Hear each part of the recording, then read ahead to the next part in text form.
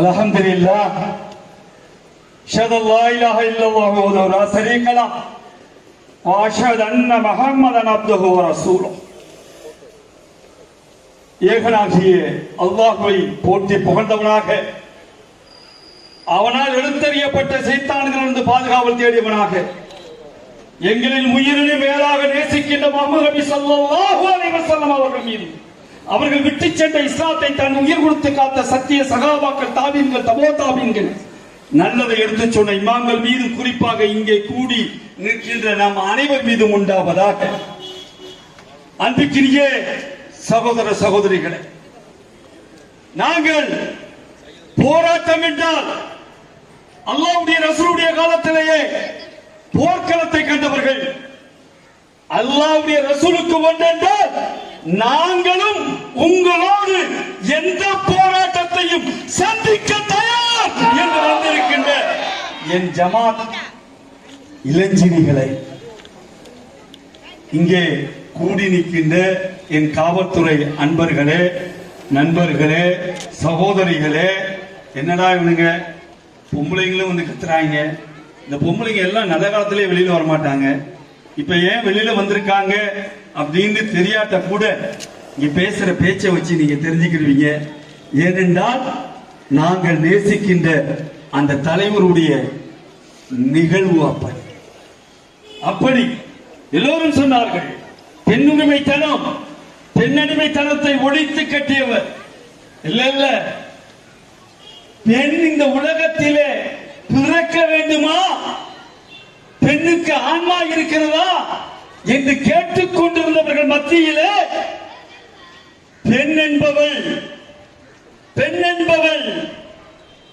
அவள் சரியான முறையில் வார்த்தெடுக்கப்பட்டு வளர்த்தெடுக்கப்பட்டு அவனை நீங்கள் மார்க்க அடிப்படையிலே கொண்டு வந்து நிறுத்தினால், நீங்களும் நானும், முகமது சொல்கிறார், நீங்களும் நானும் சொர்க்கத்திலே இப்படி இருப்போம். இரண்டு விரல்களை ஒட்டி சொல்கிறார். பெண்ணு சொர்க்கத்தில் இருப்பார், பெண் நரகத்துக்குரியவர் என்று சொல்லப்பட்ட நேரத்திலே பெண்ணை சொர்க்கத்துக்குரியவர் என்கிறார். பெண்ணை பிறப்பதை பாவம் என்று சொன்னவர்களுக்கு மத்தியிலே பெண்ணாக பிறப்பதுதான் மிகப்பெரிய பேர் என்கிறார். இது அத்தனையும் சொல்லக்கூடிய மார்க்கம் இஸ்லாம். நம்மை பார்த்து இவர்கள் சொல்கிறார்கள் என்றால், மெக்ரான் போன்றவர்கள் சொல்கிறார்கள் என்றால், அவர்களுக்கு ஒன்று புரியவில்லை. நம்முடைய மாநில பொருளாளர் அருமையாக மெக்ரானுக்கு ஒரு ட்வீட் பண்ணினார். தயவு செய்து ட்வீட்ல இப்ப தலைவர்கள் எல்லாம் ட்வீட் தான் படிக்கிறானுங்க, பேப்பர் கூட படிக்கிறது இல்லை. யார் பார்த்தாலும் ட்வீட் போட்டு விட்டார், ட்வீட்டில் சொல்லியிருக்கிறார், ட்வீட் பண்ணியிருக்கிறார் அப்படின்னு சொல்லிட்டு இருக்கிறான். இப்ப அதனால இவரு ட்வீட் பண்றப்போ மெக்ரான் முதல்ல இஸ்லாத்தை சரியா புரிஞ்சுக்கோ. யாருங்க, அதாவது என்னடா இவனுங்க இங்க நின்று சும்மா காட்டு கத்திட்டு போறானுங்களே, என்னடா அப்படின்னு நினைக்க கூடாது இல்லையா? அப்படி அல்ல, இந்திய தௌஹீத் ஜமாத் இருக்கிறத மிக தெளிவாக தன்னுடைய கருத்தை முன்வைக்கும். அதை அவருக்கு எழுதுறாரு, நேரடியா உங்களுக்கு எழுதுகிறார். நீங்கள் இஸ்லாத்தை சிந்தியுங்கள், இஸ்லாத்தை படியுங்கள், இஸ்லாத்தை அறிந்து கொள்ளுங்கள், தெரிந்து கொள்ளுங்கள். இல்லை என்றால் எங்களோடு இஸ்லாமிய கருத்து ரீதியாக விவாதம் செய்ய வாருங்கள். நீங்கள் இஸ்லாத்தை படிக்கவில்லை என்றால் நான் ஒரு பிரெஞ்சு மொழிபெயர்ப்பேன். பிரெஞ்சு மொழியில மொழிபெயர்க்கப்பட்ட திருமறை குர்ஆனை அனுப்பி தருகிறேன். நீங்கள் படித்து இந்த ரைட் பாத், நேர்வழியை பெற்றுக் கொள்ளுங்கள். இன்ஷா அல்லாஹ் நேர்வழி இஸ்லாத்தில் தான் இருக்கிறது, வேற எங்கேயும் கிடையாது. வேற எங்க தேடினாலும் கிடைக்காது. எங்க போனாலும் பல பேர் இமயமலைக்கு போகுங்க. பாதி பேர் என்னடா, நீ உங்க கணவன் செத்து போயிட்டானா, நீ சேர்ந்து போய் சதியில போய் விழு, என்னடா அந்த எரிக்கிற எரியில நெருப்புலயே போய் நீ விழுந்து சாவுங்கிறான். ஆனா இப்படி எல்லாம் சொல்லிக் கொண்டிருக்கக்கூடிய இடத்துல இல்ல, பெண்கள் என்பவர்கள் சரி நிகரமான உரிமை பெற்றவர்கள். கல்வியில, கணவனை தேர்ந்தெடுப்பதில, சொத்தில, அத்தனையிலும் உரிமை. இது பிரான்ஸ்ல சொல்லிட்டு இருந்தாங்க இல்லையா? ஒரு 4000 பேர் வந்துகிட்டு இருக்காங்க, 5000 பேர் வந்துகிட்டு இருக்காங்க. இதை விட மோசமான தாக்குதல் எங்கே நிகழ்த்தப்பட்டது? அமெரிக்கா யாவும் இருக்கா? இரட்டை கோபுரம் தாக்குதல் யாவும் இருக்கா? அந்த தாக்குதல் நிகழ்த்தப்பட்டதுக்கு பின்பு அது யாரு தாக்குதல் நிகழ்த்தினான்னு ஊருக்கெல்லாம் வெளிச்சமாய் போச்சு. அது வேற. இவனுங்க இஸ்லாத்தின் மேல வெளியே போட்டவர்கள். ஆனா அங்க உள்ள அமெரிக்கனை யார் மேல தாக்குதல் நடத்தினான்னு சொல்லிட்டு போயிட்டான். ஆனால் அதற்கு பின்புதான் இஸ்லாத்தை குறிவைத்து தாக்க ஆரம்பித்தார்கள். தாலிபான் என்றார்கள், பின்லேடன் என்றார்கள், என்னென்ன சொல்ல முடியுமோ சொன்னான். இஸ்லாத்தை பத்தி தீவிரவாதமான மார்க்கம், பயங்கரவாத மார்க்கம், பிற்போக்குத்தனமான மார்க்கம் என்னென்னமோ சொன்னான். ஆனா அல்லாஹ்வுடைய மாபெரும் கிருபையில 2000க்கு அப்புறம்தான், அந்த இரட்டை கோபுரம் தாக்குதலுக்கு அப்புறம்தான் அல்லாஹ்வுடைய மாபெரும் கிருபையால் அமெரிக்காவில் 1000 பள்ளிவாசல்கள் முளைத்திருக்கிறது.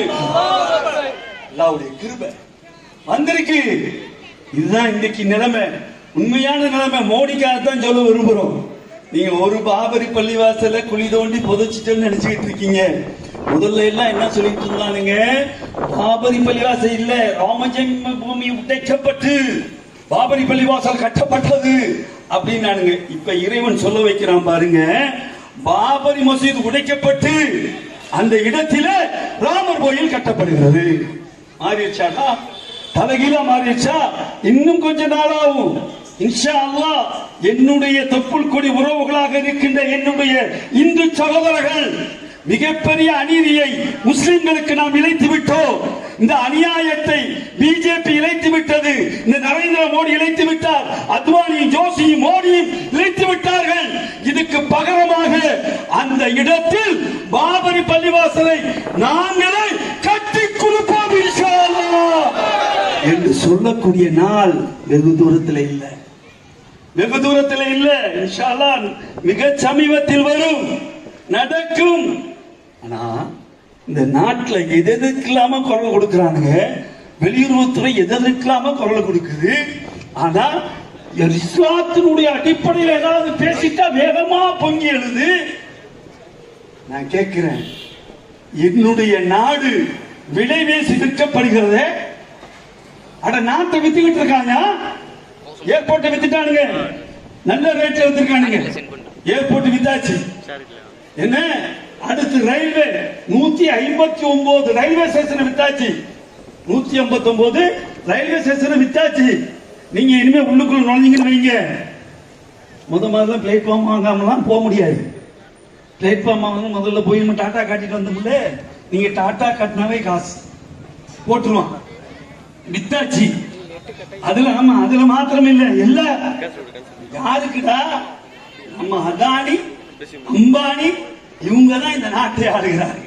வேற யாரும் ஆளல, மக்கள் ஆளுறாங்களா? ஆனா எங்க விவசாயி குரல் கொடுப்பான், எங்க விவசாயி செத்துக்கிட்டு இருப்பான். எங்களுடைய சகோதரர்கள் அவன் தற்கொலை பண்ணி அந்த மண்ணில செத்தழிகிறான். அவனை பற்றி சிந்திப்பதற்கு இந்த நாட்டினுடைய பிரதமருக்கு நேரம் இல்லை, நேரம் கிடையாது, காலம் கிடையாது. என்னடா முஸ்லிம்கள் அவனை பத்தி பேசணும், இதையெல்லாம் பத்தி பேசினானே ஏன்னு கேக்குறீங்களா? இதையெல்லாம் பேசணும். ஒரு முஸ்லிம் பேசி ஆகணும், முஸ்லிமுடைய கடமை. ஒருவர் பாதிக்கப்பட்டால், ஒரு அநீதி உங்கள் கண் முன்னாடி நடந்தால், உங்களுக்கு வலுவிருந்தால் கரம் கொண்டு தருங்கள். நம் முன்னாடி நடந்துட்டு இருக்கக்கூடிய அநீதிகள் அத்தனை. இன்னைக்கு நீட்டு தேர்வு அநீதி இழைக்கிறான். என் சகோதரர்கள் இறந்து அத்தனை பேர் இறந்து கொண்டிருக்கிறான். 13 பேர் இறந்துட்டானுங்க. ஓ ஆட்சினால்தான் இறந்தான் அவன் சொல்றான், அவன் ஆட்சினால்தான் இருந்தது இவன் சொல்றான். ஆனா எவன் செத்தாலும் சரி அந்த 13 உயிரை தருவீங்களா? திருப்பி எவனாவது எந்த அரசியல் தலைவனாலும் தெரிவியா? என்னுடைய மாணவர்களுடைய உயிர் திருப்பி கிடைக்குமா? அவனுக்கு அந்த நீட்டு நாள் நீட்டி படிக்க வச்சிட்டீங்களா? அதுக்கப்புறம் இந்த தேர்வு எழுதுவதற்கு, மருத்துவ தேர்வு எழுதுவதற்கு அவனுக்கு 7.5% கொடுக்கிறதுக்கு இந்த புரோக்கர் புரோக்கிட்டு உண்மையான முதல்வர் இங்க அவன் படுத்துற பாடு. அவனை தட்டி கேட்க நாதியற்றவர்களாக இருந்து வழி இல்லாம மக்கள் புரட்சியாக மாறிவிடும் என்ற ரீதியில இப்ப இறங்கி வந்திருக்கிறார்கள். இப்போ ஒரு 300 பேர் டாக்டரா போவான். யாரவன்? ஏழை எளிய மக்கள். என் ஏழை எளிய மக்கள், அரசு பள்ளிகளிலே படித்தவர்கள், அவங்க எல்லாம் போவான். ஏன் இதை சொல்றோம்?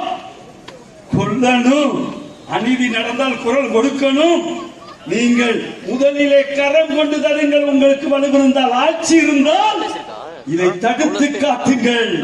இல்லை என்றால் உங்கள் நாவினால் தடுங்கள், நாவினால் தடுங்கள். அதுவும் முடியாவிட்டால் இதயத்தில் அட பாவிகளா நாசமா போயிருவீங்களா அப்படின்ட்டு ஒதுங்கி போயிடுங்க அப்படின்னு சொல்லக்கூடிய இஸ்லாம் இன்னைக்கு இந்திய தௌஹீத் ஜமாத் என்ன செஞ்சிருக்குது? உங்களை நடு வீதியில கொண்டு வந்து நிறுத்தி குரல் கொடுக்க வைத்திருக்கிறார். இரண்டாவது நிலையில இருந்த, ஒன்னாவது நிலையில இருந்து இரண்டாவது நிலைக்கு வந்திருக்கிறோம். இன்ஷா அல்லாஹ் இறைவன் நாடுவான், இறைவன் நாடுவான். கண்டிப்பாக ஆட்சி கட்டில் இருக்கக்கூடியவர்கள் தூக்கி எறியப்படுவார்கள். இன்ஷா அல்லாஹ் இஸ்லாம் தான் சரியான மார்க்கம், சரியான இது தீர்வு இஸ்லாம் தான் என்று சொல்லுகின்ற ஒரு ஆட்சி அதிகாரம் தான் வேண்டும் என்று கேட்கின்ற என் மக்கள் வருவார்கள். அப்போது இஸ்லாம் தான் உலகை ஆளும். இன்ஷா அல்லாஹ் உலகத்தை ஆளக்கூடிய மார்க்கம் இஸ்லாம் தான் என்று கூறி இதுவரையிலும் அமைதி காத்த, வேற வழி இல்லாம கேட்டுக்கிட்டு இருந்த என் காவல்துறை அன்பர்களுக்கும் எங்களுடைய அதிகார மட்டங்களுக்கும் நன்றியை சொல்லிக் கொள்கிறோம். ஆனால் இன்னொரு நன்றியை ஒருத்தருக்கு சொல்லணும்னா, இந்த ஒளி அமைச்சு தந்திருக்காரு. எங்க இருந்து வந்தார்? குண்டத்தூர். ஏன்னா எப்போ பார்த்தாலும் மைக்கத்தான் பஞ்சாயத்து பண்ணுவாங்க. மைக்கு நல்லா இருந்தா தான் நம்ம கத்தவே முடியும். எனக்கு முன்னாடி போய் செல்லாத கத்தனை ஒண்ணு நினைச்சேன், நம்ம கதை முடிஞ்சு போச்சுங்க. அதனால கத்தி கத்தித்தான் நம்ம போய்கிட்டு இருக்கிறோம். இதுக்கு சிரிக்கிறதுக்கு சொல்லல, நிறைய விஷயங்களை இங்கே வந்து கேட்ட என்னுடைய சகோதரர்கள் கொண்டு போய் சேர்ப்பிக்கிறோம். இவர்கள் கை வைத்திருப்பது சாதாரணமான அல்ல. இது யாருக்குமே பரவல. நம்மளும் ஒரு ஷார்ட் டைம்ல ஒரே நாள்ல எடுத்த முடிவு. ஒரு நாள்ல எடுத்து ஒரு நாள்ல நம்மளுடைய மாவட்ட நிர்வாகிகள் அத்தனை பேருடைய உழைத்து கொண்டு வந்திருக்கிறார்கள். அத்தனை பேர் கொண்டு வந்திருக்கிறாங்க. எல்லா மாவட்டம் உழைத்திருக்கிறார்கள். பக்கத்தில் இருக்கக்கூடிய 2 மாவட்டம், சென்னை மாவட்டம் எல்லாம் உழைத்து இந்த உழைப்பை செலுத்தி இருக்கிறார்கள். இதை கொண்டு போய் சேர்ப்பீங்க. ஒவ்வொரு கார்னர்லையும் மீட்டிங், தெருமனை மீட்டிங்களை கொண்டு வாருங்கள். நீங்க மெக்கோபோன் வைத்து சொல்லுங்கள் மக்கள் மத்தியிலே இஸ்லாம் என்றால் என்னவென்பதை சொல்லுவோம். இஸ்லாத்தை மேலோங்க செய்வோம். கண்டிப்பாக மற்ற மதங்களை ஏசுவதல்ல இஸ்லாம், மற்ற மதங்களை தூசுவதல்ல இஸ்லாம், மற்ற மதங்களை மதிக்க சொல்கிறது இஸ்லாம். இறைவன் சொல்லுகிறான், நீங்கள் மற்ற கடவுளர்களை ஏசாதீர்கள். தடை இருக்கிறது. அந்த தடை செய்த மார்க்கத்திலே நாங்கள் இருந்து கொண்டிருக்கிறோம். அதனால் கண்டிப்பாக இஸ்லாத்தை கொண்டு போய் சேர்ப்போம். இப்போது கூட பல போலீஸ்காரங்க இப்போ நினைச்சிட்டு இருப்பீங்க, இன்ஷா அல்லாஹ் இஸ்லாம் சரியா இருக்கு.